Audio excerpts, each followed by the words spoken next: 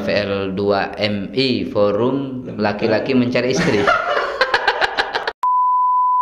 Apa persiapan dulu ini mungkin ada apa pemirsa nanti kan sobat menonton itu kan, persiapan apa sih yang diperlu persiapkan gitu kan? Oke, Anda mungkin bisa cerita apa sih perbedaan budaya mahasiswa Cina ya dengan Indonesia?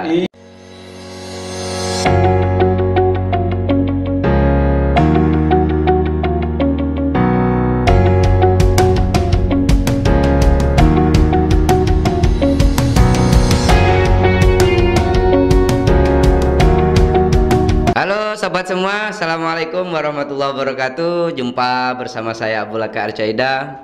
Hari ini kita kedatangan tamu sangat jauh sekali. Ya, jauh ya sebenarnya nggak jauh sih, cuman sekolahnya jauh ya. Ya, ini ada Bung Wahid. Nama lengkapnya Pak? Ahmad Wahid. Ahmad ya. Ahmad Wahid ya. Kalau enggak lah. Ya, ini Bung Ahmad Wahid, apa kabar bro? Alhamdulillah. Alhamdulillah ya. Baik. Berapa hari berapa malam berjalannya? Ya 1 minggu 1 malam. Satu malam. Nggak bercanda, itu cuma 2 jam aja kok pakai motor. Iya ya.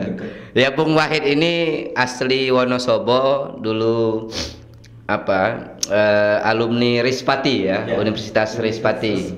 Rispati Yogyakarta. Unrio lah. Unrio. Oke, Unrio tahun berapa dulu, Pak? Tahunnya sih lama banget sih, 2012. 2012 ya. Ya, kita keluar drop out. Dikeluarkan paksa atau dikeluar sukarela ya? Dikeluarkan sukarela ya. Ya, ini Bung Wahid ini termasuk teman perjuangan juga dulu ya. Kita di DPM waktu saya sudah selesai di Senat ya, Senat UIN. Bung Wahid ini baru ketua tahun berapa ya ketua berarti ya? Ketua DPM masuk 2010 sampai 2011. Oke, berarti saya ya selesai Anda ketua waktu itu ya. Cuman kita masih sering komunikasi di FL2MI ya. Iya waktu itu. Betul, di FL2MI, Forum Laki-Laki Mencari Istri. Itu terlalu galak. Iya kan, katanya sering kayak itu diplesetkan banyak dulu teman-teman itu. Termasuk ketua DPM. Masih inget aja ya? Iya, Win Raden Patah Palembang itu istrinya itu anak Win ya itu. Iya. Jadi Forum Lelaki Mencari Istri tidak nemu-nemu gitu. Sering dipleset kayak itu, padahal Forum Lembaga Legislatif Mahasiswa Indonesia. Keren bener loh. Oke, masih berarti salam legislatifnya masih bisa dong? Masih bisa. Nah, Salam legislasi. Salam legislasi itu. FIFA legislativa kan gitu kan. Oke, ya kita dulu sering bareng di DPM ya, terus juga 2014 kita relawan Jokowi JK ya waktu itu ya, JPN4JJ yang sekarang menjadi jaringan. Masih inget ya singkatannya? Masih dong, jaringan pemuda. Bukan yang pakai falsafah bahasa Jawa dong. Oh lupa, iya ya. Ada, masih ingat nggak? N4JJ, Jaya ning kawula, Jaya ning ya ning kula kangge. Jaya ning kawula kawitaning saking becik lan kebajikan. Wah, ini luar biasa. Ini terverifikasi bahwa Anda betul-betul ketuanya ini. Iya dong. Artinya apa kalau di transit ke Indonesia? Ya kejayaan seseorang itu ya terlihat dari tingkah lakunya, kebaikannya gitu. Dan itu dibuktikan oleh seorang Jokowi. Ya itu terbukti lah. Dari wali kota ke gubernur gitu ya. Kita ngomongin politik ini. Tidak hanya framing media gitu ya. Memang enggak, kita flashback aja. Kan dulu kita relawan. Kalau misalnya Jokowi ada hal yang negatif ya wajib kita kritik dong. Iya. Ketika proses kita relawan. Ketika sudah beliau ini menjabat, ya kita katakan bisa beroposisi dalam oposisi yang positif ya. Maksudnya kita di luar, kalau memang ada hal-hal yang perlu kita kritik, kita kritik. Wajib itu, setuju. Iya. Itu pun ya relawan ya latihan lah kita dulu, nggak harus misalkan nggak se ekstrim mungkin ya. iya misalnya harus musuh semua apa itu kan berpolitik tuh harus ceria, harus ketawa kan, iya karena di atas apa politik tuh ada kemanusiaan kalau kata Gus Dur gitu kan. Selinganya dulu tau. Betul. Nah, itu off the record lah gitu kan. Di luar relawan apa gitu.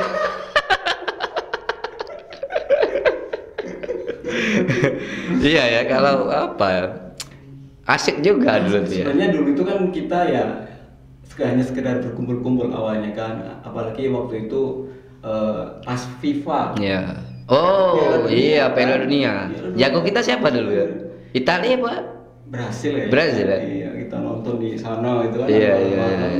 Ya akhirnya kebetulan ada pas waktunya tuh tepat banget momennya gitu kan. Jadi kita pemuda-pemuda tua-tua ini ya. Belum tua dong dulu dong.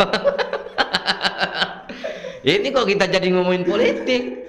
Padahal tadi udah janji kita, jangan bahas-bahas politik. Tapi strumnya itu, Pak. Jurang ini. Strumnya politik itu sangat kuat kayaknya. Ya enggak apa-apa lah. Memang anak muda itu atau ya insan apa ya? Ya seseorang tuh jangan buta politik. Kita apa ya, ilmuwan barat itu kita kan berpolitik, kita kan demokrasi ya. Demokrasi kan akhirnya ada di mulai berangkat dari politik. Kalau kita nggak belajar dari situ, ya kita bisa gimana kita bisa memahami politik. Betul. Kita anggap politik tuh ekstrim, padahal tidak kan. Kita harus paham politik lah dikit-dikit, walaupun dikit. Walaupun nggak terjun di politik harus paham gitu kan. Ya sekarang apa coba pilihan ketua RT RW aja udah rata-rata coblos gitu, kepala desa. Nah, berangkat dari situ sebagai orang yang berangkat dari desa ya harus melek lah dengan politik. Betul. Begitu sih. Tapi nggak apa kita ngomongin politik ini. Kan jangan ya. Iya. Anda tadi pesan jangan ngomong politik ya.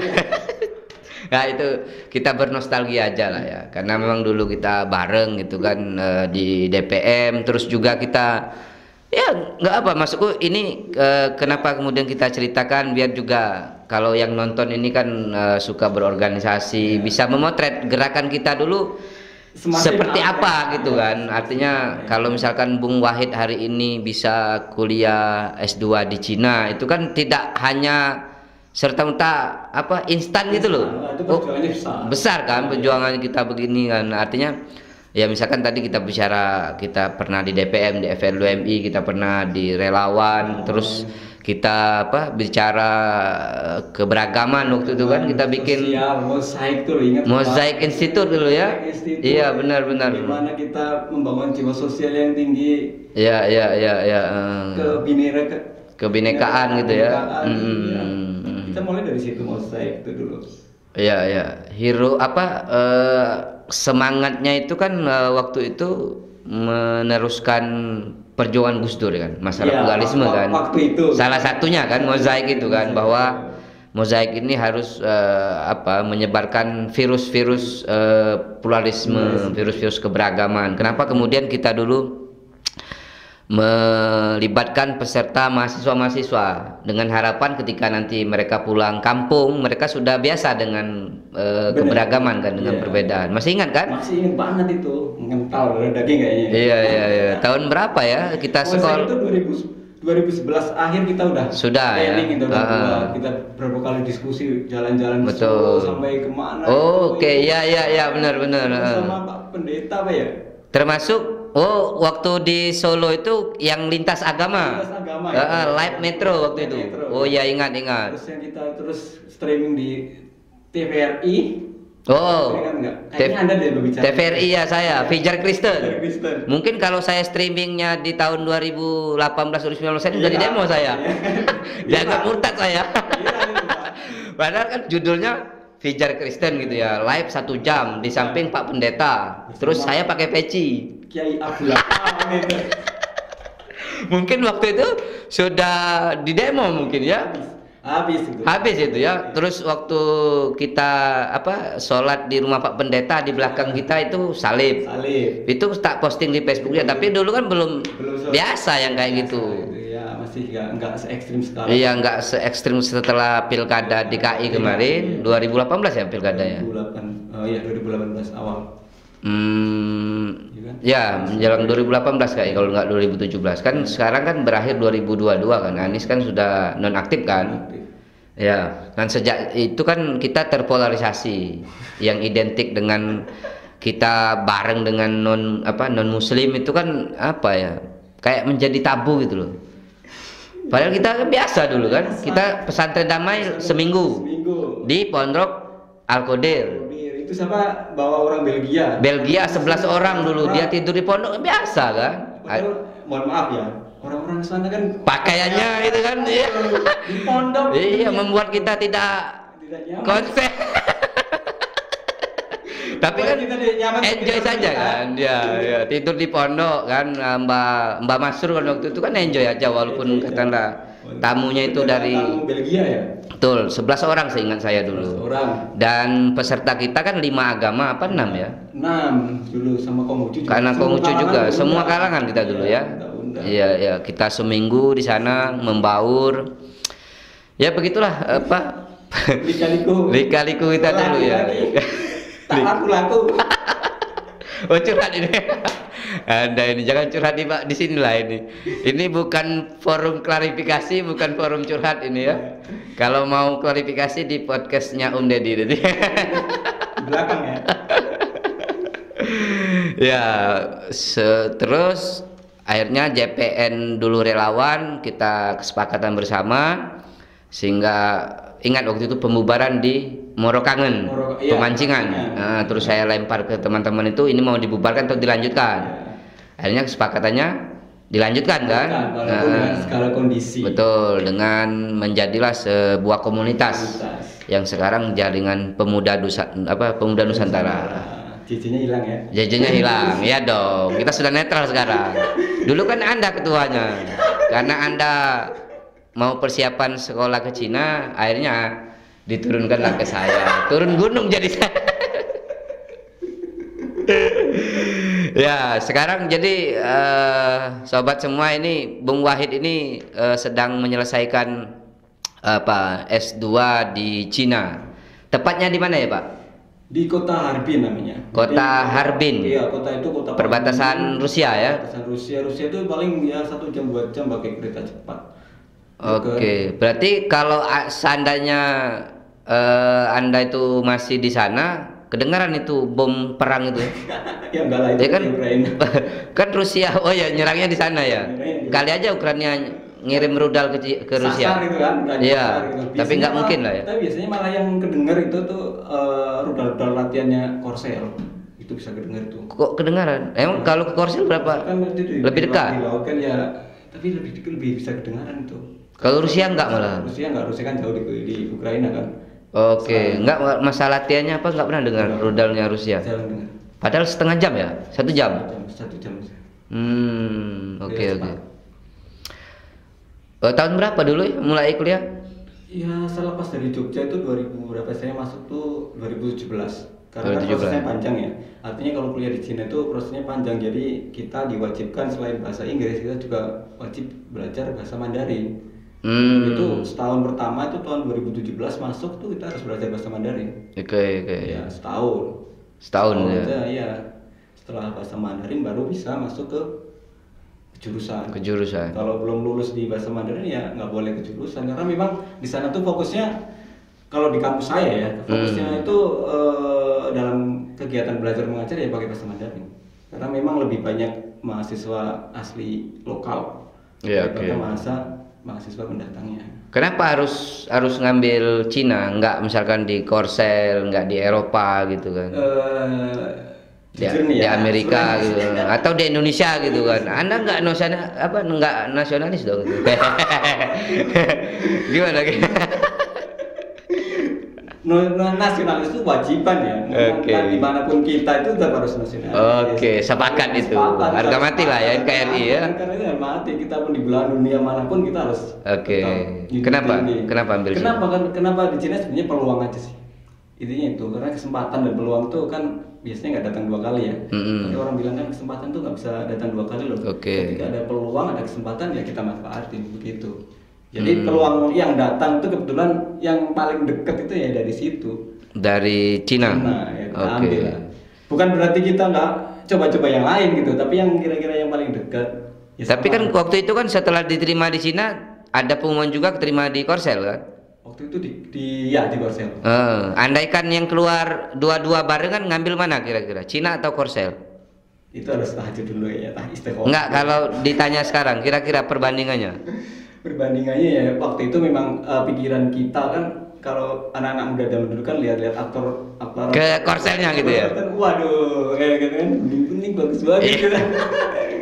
Kemungkinan besar kalau saya pribadi yang milih Korsel ya? Memang dua-duanya tuh bareng gitu. Oke. Apa persiapan dulu ini mungkin ada apa pemirsa nanti kan sobat nonton itu kan, persiapan apa sih yang diperlu persiapkan gitu kan? Sebenarnya ya itu kita flashback lagi ke belakang aja. Artinya kalau kita mau berlanjut ke S2 ataupun jenjang yang lebih tinggi S3 itu kan harus lihat dari secara akademik. Pertama kan, kalau kita S2 berarti S1-nya. Bagaimana S1-nya? Apakah mahasiswa ini memenuhi dengan IPK, misalkan IPK lah. Minimal berapa IPK? Minimal 3,25 minimal kalau kita kalau Nasabkom nggak bisa berarti. Nasib 1 koma ya. Itu jadi mapalah ya, paling lama itu. Gelarnya sudah dapat sebelum lulus MA ya. Masuk abadi gitu. Itu makomnya udah melebihi rektor ya. Iya. Sebenarnya sih kalau kita memang tujuannya beasiswa ya. Kalau saya kan beasiswa ya. Jadi ya memang harus memenuhi standar dulu lah. Jadi memang persyaratan dari mereka tuh ya kita mampu nggak untuk mencoba mendaftar. Yang pertama tadi IPK. Yang kedua adalah pengalaman. Jadi pengalaman apapun itu di S1, misalkan pengalaman organisasi, pengalaman bagaimana kita berkomunikasi. Itu berpengaruh. Soalnya begini ya, kita rasional saja itu. Kalau mahasiswa sering komunikasi dengan orang, artinya komunikasi entah itu lintas apapun lah, jurusan, lintas apapun pokoknya. Jadi mereka tuh pola pikirnya public speakingnya dapat, cara berkomunikasinya bagus. Ini berpengaruhnya di mana? Ketika kita interview dengan pihak-pihak mahasiswa, nah udah akan nampak gitu. Jadi beda dengan mahasiswa-mahasiswa yang mungkin dalam artian kutu buku, memang dia pintar secara akademik, tapi ketika berhadapan dengan orang agak-agak karena wawancara itu beda ya. Artinya nggak bisa dibohongi bahwa dia itu berpengalaman atau tidak gitu. Bedanya di situ. Terus selebihnya adalah kalau S2 itu yang ditanyakan pengalaman dari jurusan, misalkan jurusan saya kan teknik informasi. Sesuai enggak gitu. Sesuai enggak? Kamu pernah ikutin proyek apa? Kamu nggak kerja di perusahaan yang sejurusan dengan kamu? Nah, itu berpengaruh ya. Kita pernah kerja di sini perusahaan ini. Ya, karena waktu itu kan saya dulu ingat kan saya diterima di Batam gitu kan 2 tahun gitu ya. Alhamdulillah saya punya pengalaman itu. Terus benar-benar. Nah itu. Terus selebihnya ketiga itu adalah kemampuan bahasa. Nah bahasa ini bukan syarat mutlak sih, tapi bagaimana kita ibaratnya saling berkomunikasi saja lah. Dari bahasa asing, terutama kalau kita mau daftar ke Cina, yang paling pertama tuh kita belajar ya bahasa Inggris dulu, karena interviewnya kan nggak mungkin dong kayak orang kayak saya, orang Jawa gitu kan ngomong bahasa Inggris, ngomong bahasa Indonesia aja medok gitu kan langsung ngomong bahasa Mandarin. Iya. Ya bahasa Inggris dulu lah, minimal nggak usah sampai level high lah ya. Bisa ya intinya nyambung komunikasinya, walaupun belepotan gitu ya. Belepotan yang penting kita bisa berkomunikasi. Gitu. Terus ya kalau udah komunikasi enak, ntar kan mereka juga punya penilaian sendiri mungkin kan. Iya. Bagaimana mahasiswa ini dengan bakat kayak gini mungkin masuk penilaian mereka. Nah dari situ ya kalau pengalaman saya pribadi sih nggak begitu berat. Artinya ya masih mahasiswa kayak kita yang nggak setiap hari di kampus itu ya masih bisa lah. Ya artinya berkaitan dengan berorganisasi tadi sangat besar pengaruhnya. Pengaruhnya sangat besar. Itu kelihatan banget, jangankan di beasiswa ya, kalau kita daftar kerja pun pasti kan kelihatan. Dunia kerja itu lebih HRD itu lebih berpengalaman mungkin ya dari psikologi kan. bagaimana orang menyampaikan pendapatnya, bagaimana orang menyangkal pendapat orang lain, itu kan harus ada etikanya kan. Iya, iya, iya. Nah dari situlah kalau orang sering berkomunikasi dengan orang lain, bukan hanya rasionalitas, tapi mereka juga punya perasaan untuk. Berarti kalau tak catat simpulkan tadi ada 4 hal ada terkait. Yang utama itu organisasinya. Organisasi penting. Iya toh. Terus IPK pastilah ya. Pastilah, itu syarat mutlak. Pengalaman kerja. Sama linear atau enggak? Linear ya pasti. 4 hal ini kan berpengaruh kan? Iya. Iya, pengaruh besar itu. Linear apa enggak? Karena kalau enggak linear gitu kan susah juga kita.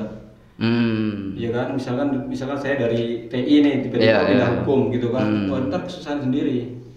Khususnya di mana kita mau nulis tesisnya, apalagi targetnya kan di sana kan internasional kan, nggak mungkin. Oke. Artinya yang saya sampaikan 4 hal tadi, tapi kan tidak semerta 4 hal itu kemudian kita tidak mempersiapkan, otomatis ada persiapan dong. Wajib dong. Lah ya, karena kita sudah punya nih modal 4 hal ya, memang kita punya pengalaman kerja, IPK masuk kan, terus kita juga organisasi. Nah, menjelang mau daftar itu mesti ada persiapan tuh. Apa yang mesti dipersiapkan? Ya persiapan ya dokumen-dokumen aja dong. Yang penting dokumen dari akademik, transkrip akademik kita udah dalam bahasa Inggris semua. Jadi transkrip semua, terus CV kita itu penting dong, CV kurikulum vitae kita kan, makanya tadi harus ada dalamnya ada pengalaman kerja, pengalaman organisasi. Nah di situ terus apalagi ya yang penting-penting tuh.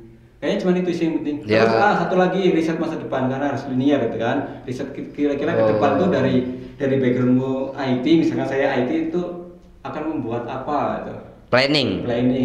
Studi planning nantinya. Nah itu dari situ dalam bahasa Inggris translate dulu, baru dimasukin lamarannya. Nah untuk lamarannya ya tinggal apply aja kemana. Iya. Penyedia beasiswanya paling ya kalau sekarang banyak loh Pak. Kalau misalkan ke Cina itu ada pemerintah Indonesia juga ada, kedubes juga ada. Dari Cina sekarang malah ada dari setiap provinsi itu ada. Apalagi yang pengen belajar bahasa aja ya, itu setiap kampus ada beasiswa. Jadi dari kampusnya itu ngasih beasiswa untuk pelajar-pelajar seluruh dunia untuk yang ingin belajar bahasa Mandarin secara gratis. Nah mungkin peluang ini yang tidak diketahui banyak orang. Iya, rata-rata hanya mahasiswa-mahasiswa yang sana yang tahu. Triknya gimana untuk mengakses ini? Biar ini kalau yang pengen kuliah ke luar negeri itu bisa gitu. Oh gitu ya.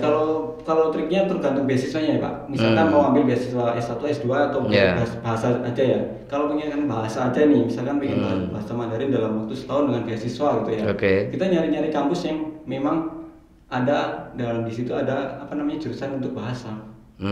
Tapi rata-rata jurusan yang kampus yang memiliki jurusan bahasa itu pasti ada beasiswanya. Terus kalau kita mau nyari yang misalkan S1, misalnya beasiswa S1, otomatis yang akan dilihat kan rapot-rapot kita yang di SMA kan. Ya prosesnya hampir sama. Cuma daftarnya juga harus yang S1 gitu kan. Siap. Ada yang menerima S1. Kalau yang S2 ya seperti yang saya jelaskan tadi, nyari kampusnya itu. Kalau kita punya misalkan kan punya teman atau kenalan atau enggak ikut organisasi pelajar di Tiongkok itu pasti ada infonya. Iya. Kampus. Tapi jangan berkecil hati gitu. Misalkan kita pun nggak punya teman, nggak apa-apa pun, webnya tuh nggak ada Pak. Nggak ada web. Ada toh? Ada. Yang penting kita nyari aja. Cuma ada itu scholarship. GCS namanya itu, Government Chinese Scholarship, itu ada itu. Yang jelas semua informasi itu kan kalau di era sekarang kan sudah dipublish semua kan. Nah, digital semua kan. Tinggal kitanya kan. Tapi kan kadang kalau orang-orang baru atau mahasiswa baru atau enggak lulusan baru kan bingung kan. Aku nggak ngerti ini caranya gimana. Mungkin bingungnya di situ. Padahal itu kalau kita ya baca aja lah. Udah basi saja. Itu tadi proses bagaimana kita kalau mau ngambil beasiswa ke luar negeri kan. Ya lebih khususnya ini di Cina ya. Sekarang saya mau nanya, kira-kira di sana ngapain ente itu kan? Bisa nggak sih ngomong Cina? Jangan-jangan ente ajak bahasa Jawa orang sana. Tapi rata-rata ajak bahasa Jawa sih. Bisa mereka? Enggak. Maksudnya kalau saya udah pusing ngomong mereka ngomong apa gitu. Aduh ngomong apa? Maksudnya karena kalau kita nggak paham apa yang mereka sampaikan gitu ya. Karena kan ada tuh yang tipikal orang kan beda-beda ya. Misalkan ada yang ngomongnya dikit-dikit, pelan-pelan, cepet tuh. Kan Cina kan cepat bahasanya Mandarin. Cepat suaranya tinggi lagi. Iya, kalau kayak kita orang Jawa itu kan biasanya ngomong kan nggih, monggo. Kan enak kan? Iya, kalau nonton Cina itu kan susah tuh bahasa transitnya, baca transit karena cepat dia tuh. Iya. Ya itu awal-awalnya sangat awalnya kayak hidup di planet, Pak. Bener-bener kayak hidup di planet. Nah, kita dengerin apa-apa nggak ngerti artinya. Ayo kita lapar atau mau makan aja pakai bahasa tubuh. Iya. Gimana coba gini. Dan yang sangat heran lagi kalau kita yang ya maklum lah, kalau misalkan kita beli di pasar gitu kan, mereka nggak bisa bahasa Inggris gitu loh. Oke. Jadi kan kita repot kan, harus nunjuk-nunjuk, kalau nggak ya harus bahasa Mandarin. Kalau nggak ada caranya Pak, kita foto dulu barang kita yang mau beli. Nah, ini gitu ya. Iya. Nggak perlu jelasin lagi. Kayak robot dong. Iya. Kayak gitu. Itu awal-awal itu. Bener-bener kayak di planet kan. Iya. Gitu. Terus apa lagi kira-kira yang dirasakan apa? Ya suka duka lah ya. Berarti kan namanya di negeri orang bahasanya susah gitu kan. Sukanya itu ya kayaknya lebih banyak sukanya. Sukanya gini ya Pak, kita iya dong, beasiswa banyak sukanya lah, masa banyak duka, pulang aja. Sukanya tuh lebih banyak sebenarnya kalau mahasiswa beasiswa. Tak pikir bukan hanya mahasiswa Cina ya, mungkin di UK, mungkin di Amerika, Belgia, mungkin sama. Karena begini, kalau beasiswa ya otomatis kan gratis ya. Kita gratis jalan-jalan ke luar negeri, kapan lagi coba? Iya kan? Iya. Kapan lagi coba jalan-jalan? Berarti udah main kemana aja di sana? Banyak Pak. Rusia sudah. Rusia baru perbatasan sih waktu itu. Memang harus region aja. Papua. Apa aja berarti ke sana? Kesana ya baru kota-kota yang dekat lah, dekat-dekat ya, yang kota-kota besar lah. Contohnya itu Beijing udah berapa kali ya? Kalau di luar Cinanya? Keluar Cinanya paling kita mampir sih Pak. Kalau kita pulang itu mampir ke Singapura atau enggak ke Malaysia. Gitu. Jadi kita transit pesawat, kita nginep dulu di. Misalkan kemarin saya tuh pernah ke Malaysia seminggu nginep di sana dulu baru pulang ke Indo. Transit boleh ya? Transit. Itu serah kan terserah kita ya. Beli tiketnya terserah kita ya, gitu, betul. Yang pulang kan. Enaknya gitu jalan-jalan ke luar negeri. Oke, Anda mungkin bisa cerita apa sih perbedaan budaya mahasiswa Cina dengan Indonesia? Ini kan penting juga ini kan kita apa? Jangan di-compare tadi Pak. Iya, sekedar referensi aja, barangkali apa ya, ada suatu hal yang baik mungkin bisa kita ambil, ya kan? Namanya kita butuh referensi banyak kan? Waduh, kalau itu bener. Kalau saya pertama datang ke sana tuh kaget. Kagetnya begini ya, mahasiswa sana itu bener-bener disiplinnya luar biasa. Rajinnya luar biasa, jauh lah. Kalau kayak kita itu kan mahasiswa S1 kan rata-rata MA kan. Iya. Titelnya MA. Kalau di sana enggak lah. Kalau memang 4 tahun harus lulus ya wajib 4 tahun lulus. Wajib ya. Okay. Nah, bagaimana dengan gaya belajarnya mereka itu kan? Gaya belajarnya mereka itu ya kayak robot udah Pak. Jadi kalau memang sudah belajar ya belajar. Contoh nih, kita kasih contoh kalau kita perpus ya Mas, buka jam 7 itu jam 7 tit itu langsung full, padahal perpusnya gedungnya minta langsung full dan ngantri masuknya itu. Kalau di Indonesia ngantrinya apa ya? Ngantrinya juga silat. Iya. Itu perpus itu full, benar-benar full. Dan hebatnya lagi pulangnya itu kalau belum diusir belum pulang Pak, padahal pulangnya jam berapa? Jam 10 malam. Sampai satpam petugasnya itu sampai capek sendiri kan, namanya juga mereka bekerja. Dia nggak punya waktu ngegame, pacaran gitu, nongkrong. Ya ada sih, karena memang budaya mereka tuh kayak gitu ya, disiplin. Jadi ya disipin gitu. Maksudnya begini, kalau mereka ngegame ya kadang di perpus gitu sambil bawa handphone gini. Tapi kan diam, mereka tuh nggak ada suara sama sekali karena pakai headset kan. Kalau mungkin pacaran ya sama pacarnya ke perpus itu. Jangan ya deket-deketan gini gitu. Terus buku cuma ditumpuk aja gitu? Enggak sih ya, tapi enak sih Pak. Selingannya kalau capek, aduh enak banget. Kalau saya kayak gitu loh, aduh jadi pengen sebenarnya. Iya. Kenapa nggak cari orang sana aja? Gimana ya?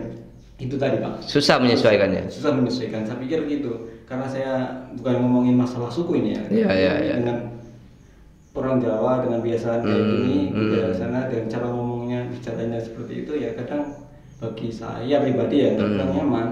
Memang nadanya tinggi itu kan seakan-akan kalau kita kan wah lagi marah ya gitu kan. Padahal sana enggak, padahal itu udah hal biasa. Tapi yang jelas asik lah ya. Ya. Kalau diulang lagi, misalkan suruh pilih tetap Cina atau ada pilihan lain setelah lama di sana? Ada kesempatan kedua ya, ada kesempatan lagi gitu misalnya, ya nyari yang lain lah. Jangan-jangan gara-gara anak gak lulus ini ya? Jadi ya gimana? Ini kan dampak dari pandemi ya, sehingga tertunda yang harusnya sudah lulus 2 tahun yang lalu ya, padahal penelitian sudah selesai gitu ya. Itu ceritakan kondisinya gimana? Dampak pandemi waktu itu kan 2020 awal ya. Jadi di kotaku tuh sebenarnya belum ada apa-apa waktu itu di Wuhan. Waktu itu Wuhan kan jauh tuh sekitar 6 jam 7 jam dari tempatku naik pesawat kan. Sebenarnya di kotaku belum ada apa-apa. Cuman karena ini wabah kan pandemi itu kan menurut dengan cepat. Waktu itu ada dari KBRI itu himbauan untuk semua mahasiswa dari Indonesia lebih baik kalau tidak ada apa-apa pulang dulu gitu kan. Daripada mungkin ya ada pertimbangan lain mungkin lah ya. Akhirnya kita mengambil jalan untuk pulang. Dan nggak boleh balik lagi sampai sekarang? Ya waktu itu kan mikirnya kan karena nggak separah itu Pak. Itu kan winter kan biasanya kita kan libur 2 bulan. Ya. Palingan 2 bulan lah. Tapi sampai sekarang masih ada? Tapi sampai sekarang malah masih ada gitu yang bikin aduh. Cina tuh berarti masih melonjak sampai sekarang? Masih melonjak sampai sekarang. Kemarin malah pas waktu meeting kemarin dengan KBRI itu kan ada meeting kita ya 1 minggu yang lalu. Dari pihak KBRI mengatakan bahwa Beijing tuh masih banyak mal-mal yang tutup. Segitunya ya. Padahal Indonesia udah bebas-bebas aja. Udah bersahabat kita. Bersahabat. Ya mungkin karena ini Pak, cuaca ya. Di sana sangat mendukung ya. Betul. Jadi mungkin sekarang masih dingin-dingin gimana gitu di sana kan. Nah terus apa yang Anda tempuh, jalur apa biar maksudku ini tetap lulus walaupun lama apa segala macam kan, kalau kelewatan batas juga kan mungkin Anda bisa di drop out ya. Ya kan beasiswa kan mesti ada durasi, kecuali kan beasiswa dari orang tua kan. Iya dong. Lifetime ya. Iya, mau berapa tahun aja bebas loh. Iya. Kalau itu kan memang durasi kita kan 4 tahun ya. Jadi 4 tahun itu kalau S2 itu yang pertama adalah 1 tahun untuk bahasa. Bahasa 3 tahun itu maksimal 3 tahun itu ada di jurusan. Nah, tapi karena terhalang pandemi waktu itu kan 2020. Sebenarnya kalau saya itu 2021 harus sudah finish. Ya, tapi karena 2020 saya pulang sampai hari ini. Jadi belum ada kejelasan kapan lulusnya. Tapi intinya begini, usahanya ya kita harus komunikasi ya benar. Terus dari pihak akademika ataupun dari profesor pembimbing. Betul. Jadi itu yang hanya bisa dilakukan. Dan yang senang lagi gini, kemarin kan dari KBRI itu ada meeting ya. Jadi mereka nawarkan solusi. Jadi solusinya itu bagi yang mahasiswa yang urgent kira-kira penting untuk kembali akan dibantu kembali. Cuman masalahnya ini loh Pak, biaya sendiri, bukan bantu namanya, cuman membantu mengkoordinir. Berangkat sendiri bisa. Ya kan bisa dilakukan dalam segala upaya lah. Mungkin mengajukan proposal dengan pihak-pihak terkait, dengan bupatimu kan bisa kan. Saya punya senior di Orda juga begitu. Pernah kita ngomongin politik lagi kalau kayak gini nih. Jadi usaha nggak apa-apa lah. Jadi lobby politik dilakukan lagi. Ini lagi flu ini kan. Jadi suara saya agak serak-serak basah ini. Bukan B9 bukan. Sudah tipe berapa sekarang itu? B berapa?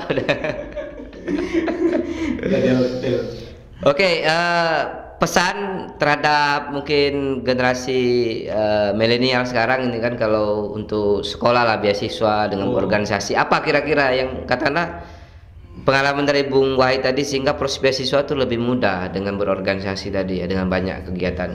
Sebenarnya gini, kalau saya lihat ya, mahasiswa sekarang kan saking enaknya ya. Teknologi kan zaman kita kuliah dulu susah ya? Susah Mas. Cuman ada Friendster ya? Friendster, habis itu Yahoo paling mentok-mentoknya. Kok Anda tua kali ya?